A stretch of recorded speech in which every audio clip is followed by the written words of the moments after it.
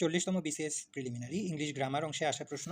Identify the word which remain same in its plural form. চারটি শব্দ দেওয়া আছে, এই শব্দ চারটির মধ্য থেকে যে শব্দটি সিঙ্গুলার এবং প্লুরালে একই ফর্মে থাকে, অর্থাৎ সিঙ্গুলার বা প্লুরালে যার রূপের কোনো পরিবর্তন হয় না, সেই ধরনের ওয়ার্ডকে আমাকে খুঁজে বের করতে হবে।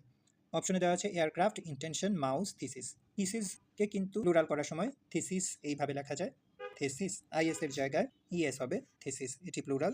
মাউসের প্লুরাল তো আমরা সবাই জানি মাইস।